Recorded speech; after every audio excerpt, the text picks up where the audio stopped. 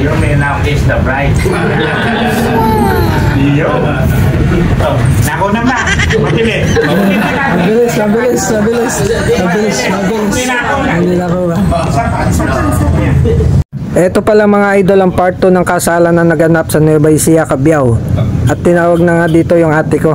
Yan nga yung unang-unang tinawag, ate ko yan. Sumunod ang kanyang kumpare, ang nagninong din sa pamangking ko. At yan nga, nagpirmahan na sa kontrata. kontrata sa pagiging ninang-ninong nila. Pumirma sila sa papeles. Siyempre, first time natin nanood yan. Kaya wala tayong idea kung ano pinipirmahan nila na yun. Basta, yun na yun. Yung mga nakakaintindi dyan, alam na nila yan. At yan nga, tinawag na yung mga ninong-ninang at pinapwesto na yung mga kakasal sa likod. Akala ko yan ang mayor. Sekretary pala ni mayor yung lalaki na yan. At ilang saglit lang at magsisimula na kakasal yung dalawa. At nandyan na si mayor, dumating na. Tunghayan natin ang kanilang kasalan mga idol.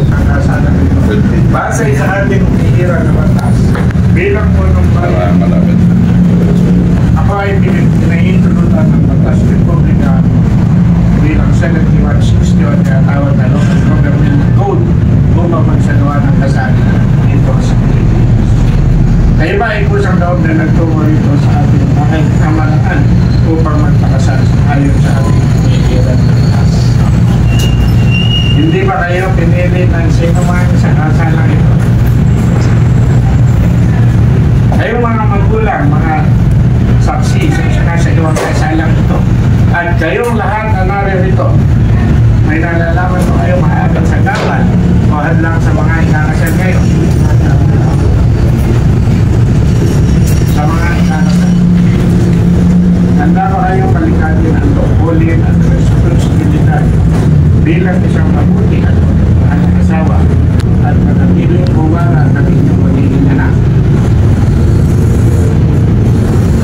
Ikaw, Angelo, tungkulin mo bilang isang ama ng daanan na maghanap buhay para sa iyong pamilya.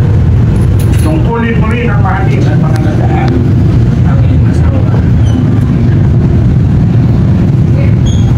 Lakas mo. Ayun.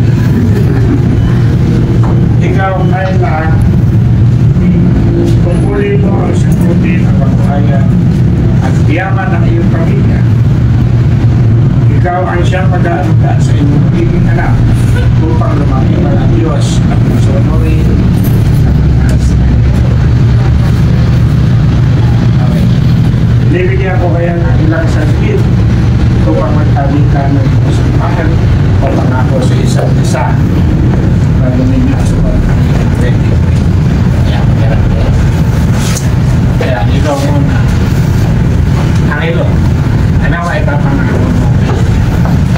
Kaya bilang pangako ko na gagawin ko po lahat ng mga para pumayag sila sa mga. ikaw naman, Kayla, ano naman? Napangako ko aalagaan ko yung pamilya ko po at sa taas kasi Ihanda niyo yung inyong wedding ring at sumunod sa aking mga sasabihin. Ano tawag mo kay Kayla?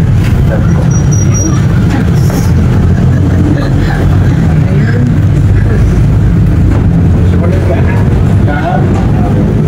Tanggapin mo ang sinsing na ito bilang tanda ang aking wagas at kapal sa mga isiyo.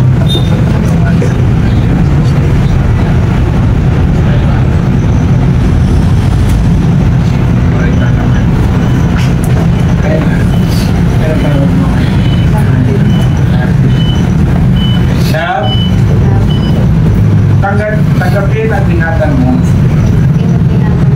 ang sinsing na ito na patunay na ako ay tapat na nagmamahal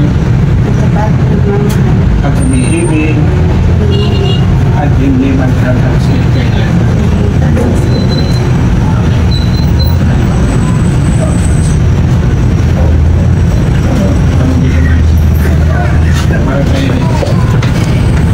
Sa bisang nakapagyari na pinagkaloob sa akin bilang punang bayan ng Batas Republika bilang 7160, lalo na ang seksyon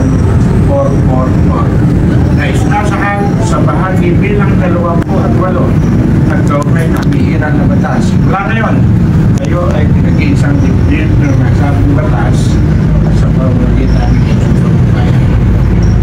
Kayo mga itinasal ay lubos na mag-asawa na at wala nang maaari pagpapalay sa hirap man o ginhawa.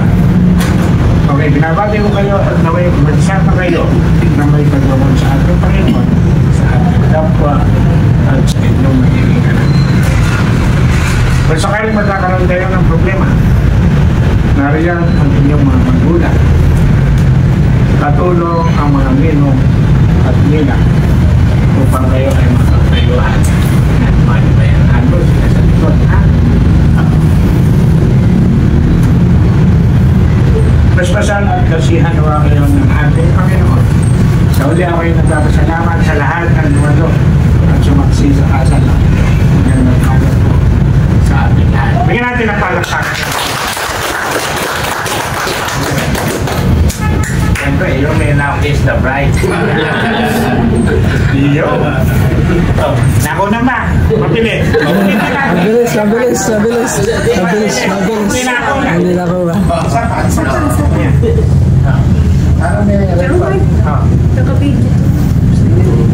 Saan dyan? Ayun.